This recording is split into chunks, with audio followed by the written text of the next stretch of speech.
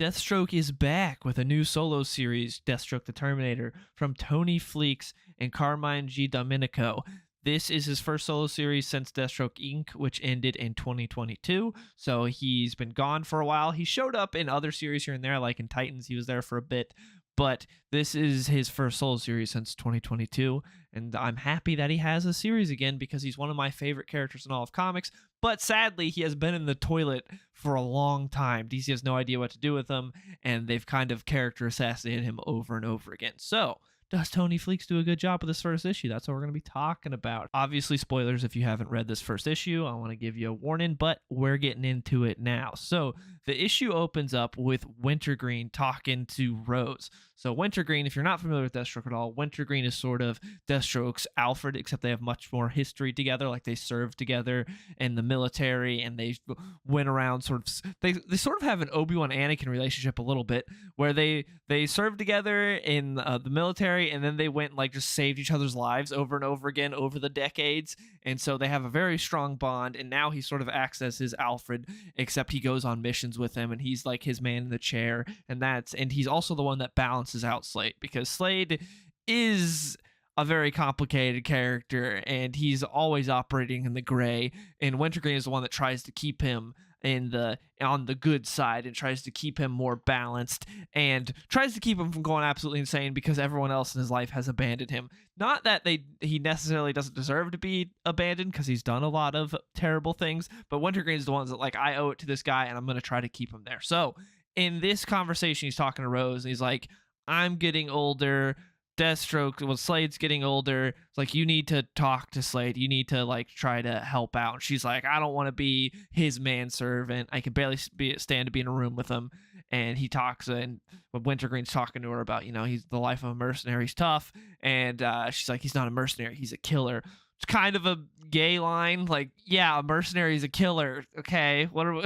That was kind of stupid from Rose. But also, Rose is like, I don't, in DC Universe, I think she's early 20s now. So girls in their early 20s say some dumb shit. So I guess that's fine. But she's like, he's not a mercenary. He's a killer. It's like, no shit, Sherlock. Mercenaries are killers. What a astute distinction from Rose there. But anyways, then we get a beautiful splash page from Carmine. I really like Carmine. I think he's a great artist. I was happy to see when he was announced on here.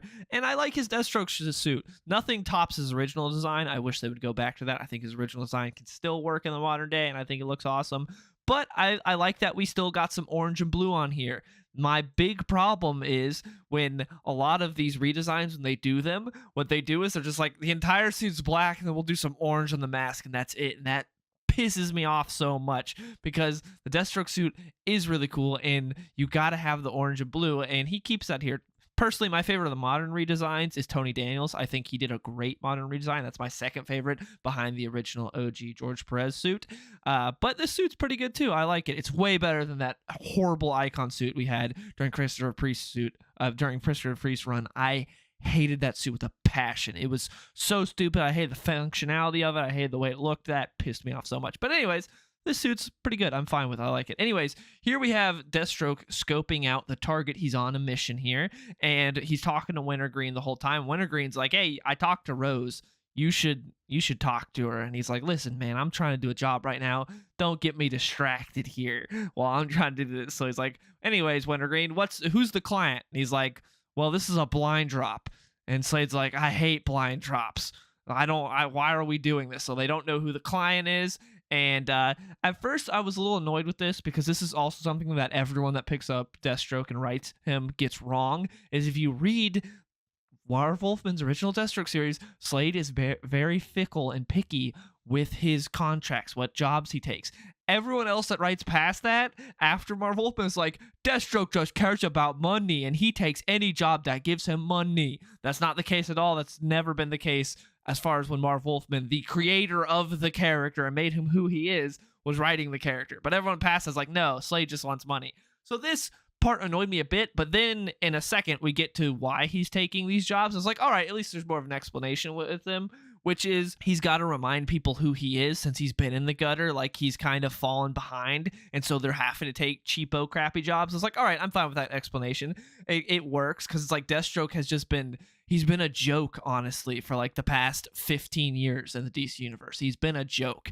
Like when he shows up, it's not a big deal anymore. He's not a big threat anymore. He's not a force of nature like he once was. At one time, boys and girls, Deathstroke was a force of nature. When he showed up in a book, it was like, oh shit, Deathstroke's here, something's going down.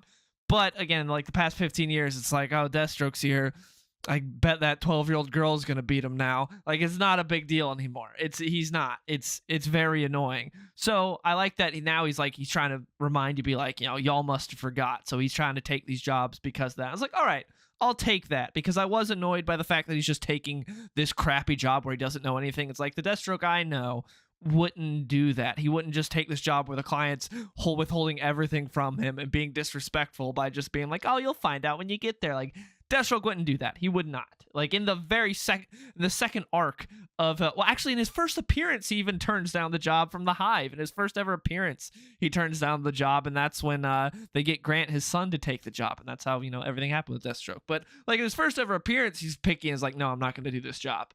So I don't get why so many writers are like, no, he does anything for money. Anyways, he's when he's talking to Wintergreen, the Wintergreen's like, the client wants this done quietly though, and he's like, I bet they would, but we got to remind people who I am, so I'm gonna go in loud.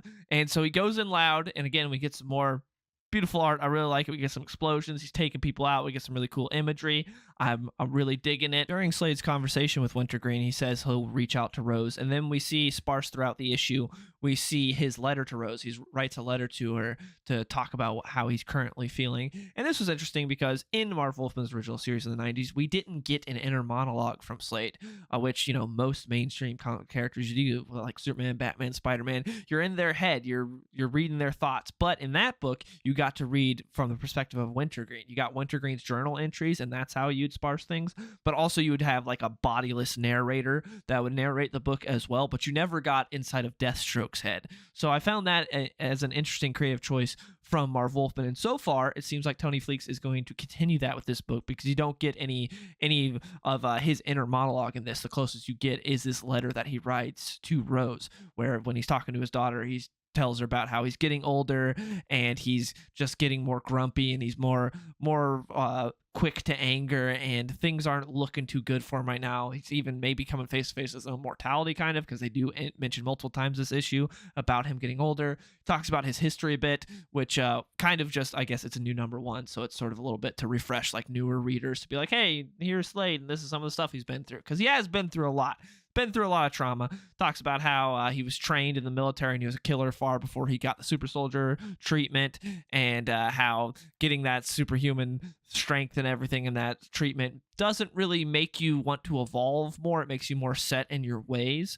And he talks about how after Adeline, which was his wife, he struggled to maintain close personal relationships, which I found interesting and is very true of the character. If you know anything about Slade Wilson, that is very true. And he also says that his work as a hired killer, he talks about how he's experienced a lifetime's worth of loss and he's caused immeasurable loss.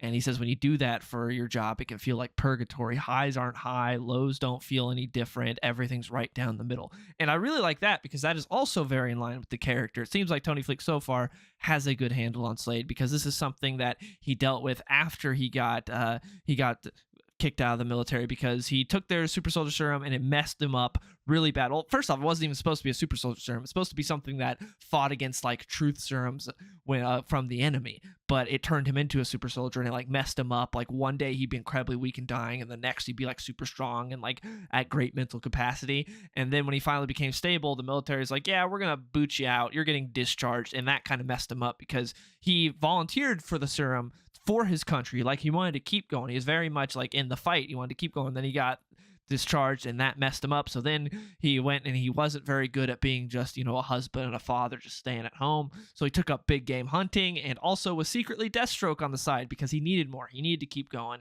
He needed that rush. But I like that scene from Tony Fleecs where it's like, even with all this craziness that he does, nothing really feels anything. It just feels down the middle. In this issue, he talks about, he tells Rose, I'm not sure if I've ever felt joy.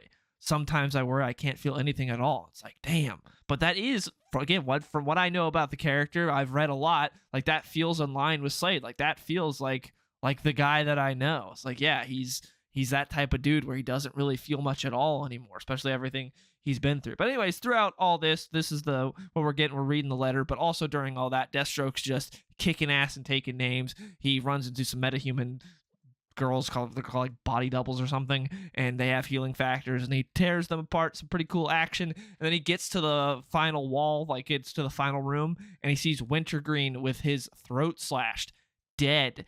And it's a note on it that says, Slade, I'm taking everything. And we see all of his different like offshore accounts being depleted. They're taking all his money, and they took his best friend, and he's still getting talked to in his intercom. It's like, well, if Wintergreen's dead, then who is it talking to him over over his intercom? Who is that?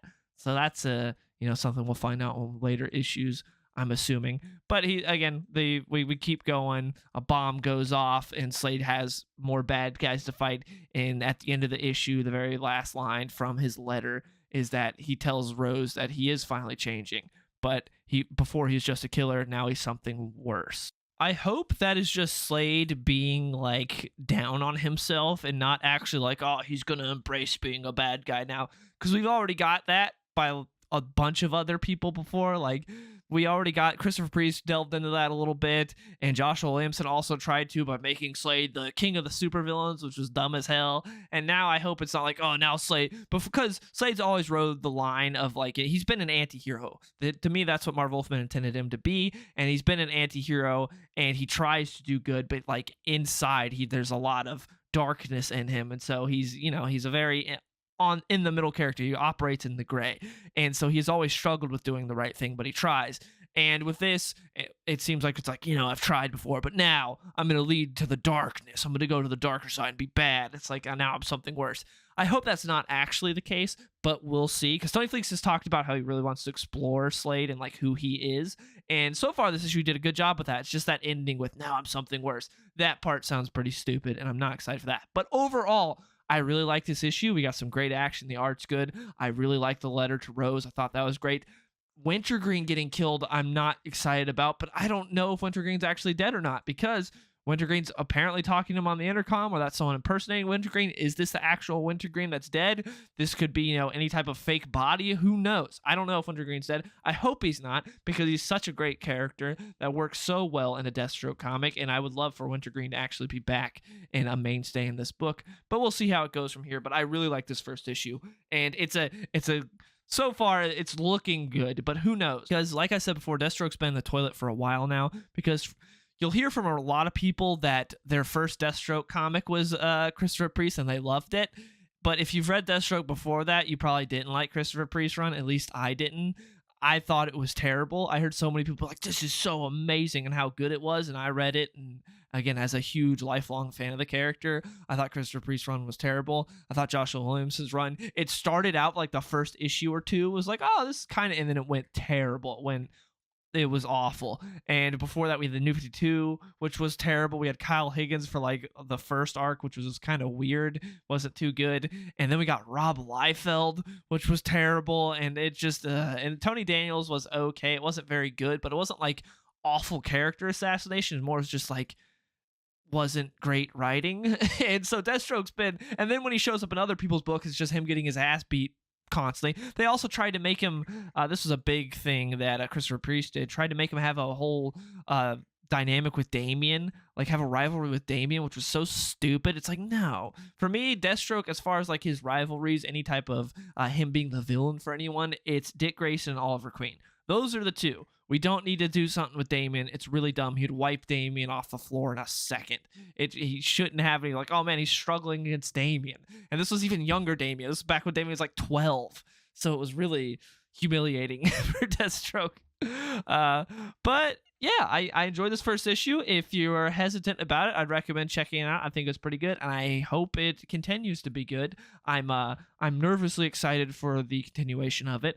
hopefully it's good and hopefully it gets readers so it doesn't get canceled, because I'm happy with the titles that DC has announced for DC Next Level. We also got Lobo #1 this week, and we got Firestorm coming out, and I think we got Batwoman already. We got Jonah Hex, which I'm super excited about. We don't have the creative team for that yet. I can't wait for that. But yeah, I'm excited that DC's announced new books, and it seems like they're actually going to be supporting them. So hopefully Deathstroke continues to be good and actually gets a readership. But anyways, I want to hear from you guys in the comments below. If you read it, what did you think about it? I want to hear from you guys. Thank you so much for watching, and we'll see y'all later. Hey, skinny boy, saucy boy, I be running to the bank. Yeah, you know I hit the gas in the whip full tank. Riding past the ocean while I'm listening to Frank.